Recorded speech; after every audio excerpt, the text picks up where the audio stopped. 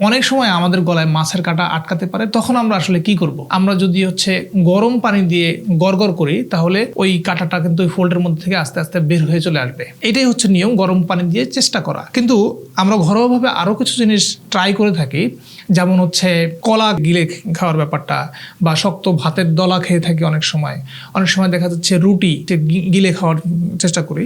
তাহলে এটাতে খারাপ বিষয়টা হতে পারে এই কাঁটাটা যে বিঁধে গেলে আরো বেশি ভিতরের দিকে যাওয়ার সম্ভাবনা থাকে, বা ফোল্ডের মধ্যে থাকলে আরো বেশি ফোল্ডের ভিতরের অংশের দিকে পৌঁছে যেতে পারে। এই ক্ষেত্রে কিন্তু হিতে বিপরীত একটা ফলাফল আসতে পারে। ভিনেগার এবং লেবুর রস দুটোই কিন্তু কাঁটাটাকে একটু সফট করতে পারে, অর্থাৎ কাঁটার যে অস্বস্তি বোধ তৈরি করতেছে সেই জিনিসটা কিন্তু কমায় দিতে পারে। কিন্তু সলিউশন আপনাকে নিয়ে আসতে হবে অবশ্যই গরম এবং লবণ পানি দিয়ে। এতেও যদি না হয় তাহলে অবশ্যই ডক্টরের পরামর্শ নিতে হবে। ডাক্তার তার আধুনিক যন্ত্রপাতি দিয়ে কাঁটাটা দেখে সেটাকে রিমুভ করবে।